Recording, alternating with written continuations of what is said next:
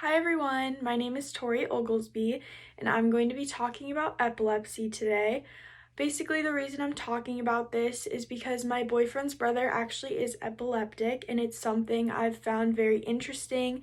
Just like dealing with him and the way his life is affected by it, it's just very interesting to me, and I never knew all the effects it had until I started dating my boyfriend and seeing just how much they have to take care of him, what he has to eat, all the different things that epileptic people have to go through and how they have to change their daily lives compared to normal people. Basically, I'm first going to talk about what epilepsy is. It's a condition that many don't realize how it affects someone's life. Just imagine like sitting there watching TV and all of a sudden you break out into a seizure, or you feel that a seizure is coming on. Many do not know that most with epilepsy have certain triggers that physically feel they're about to have one, in a way, if that makes sense. I know people that have felt like nauseous or tired and they start to break out into a seizure, or I know someone else who smells gasoline and she is going to have a seizure. It's just little things like that that you would never think of. It's very odd but interesting to me.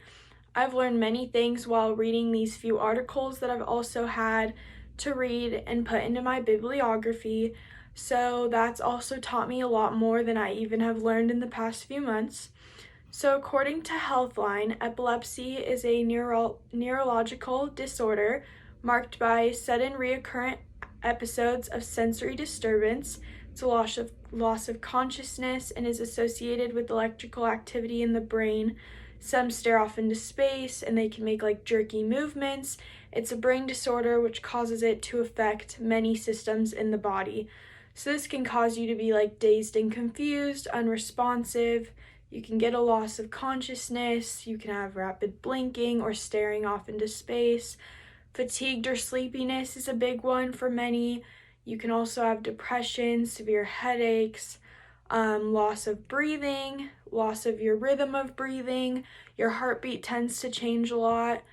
They have a loss of muscle tone. It's not necessarily that they're not strong, it's just usually their muscle tone isn't as vibrant as others that don't have epilepsy. Just their muscles kind of move uncontrollably and jerk. Some of them can scream when the muscles tighten around the vocal cords, which is just a reaction to this. It's normal for them. And they can have a loss of control of their bladder or bowel movement as well, which is very interesting to me. This obviously is not everyone with epilepsy goes through all of these things. It kind of depends on how severe your case is. So basically, arrhythmia is when the heart beats slower. This is very dangerous and potentially life-threatening due to many cases, this being the death of an epileptic person. The blood vessels cannot get enough oxygen, rich blood to properly function. And another reason for an unexpected death while being epileptic could be from seizures disrupting the respiratory system, causing breathing to temporarily stop. This can lead to very low oxygen levels as well, and it also affects the nervous system. This controls your voluntary and involuntary functioning, such as sweating, breathing, and heart palpitations. So basically, this is all life-threatening things because it's affecting your heart and breathing the most. Again, it depends on how severe your case is. The digestive system is also affected. You can have vomiting, abdominal pain. Seizures are affected by the movement of food and loss of bowel movement control, like I said already. It's kind of like epilepsy is a ripple effect on every single system of the body. It affects the brain, it affects the heart, it affects your stomach, your legs, your muscles, basically everything, just depending on how severe your case is. According to the Better Health Channel and Epilepsy Foundation, this is how it's going to affect one's lifestyle.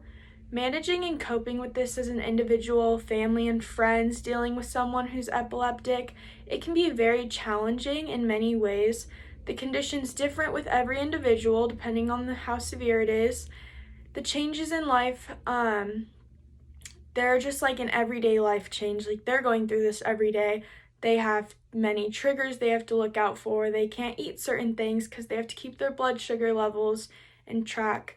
It's just very dangerous to drive. Certain sports can affect this. Around 2% of people with epilepsy have seizures triggered by sports activity, which is very low. They just have to watch their dehydration levels and blood sugar levels. Alcohol and drug abuse, this is very effective for epileptic people. They normally can only have 1 to 2 drinks and they already feel the alcohol in their system. Most adults will only tolerate that alcohol, which is very little.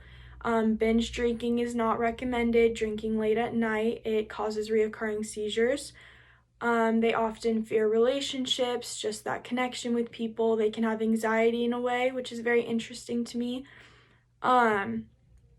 Also, just like the triggers, lack of sleep, like I said, physical fatigue. Many keep diaries to track their seizures so that they know what triggered them, to find out what their main triggers are.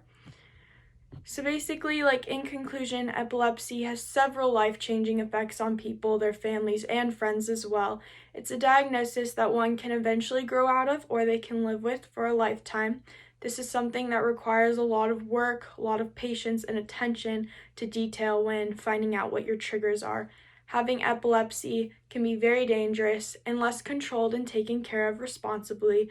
I hope you all enjoyed my speech today on this topic, and I hope it encourages some of you to go and research more for yourself. Thank you.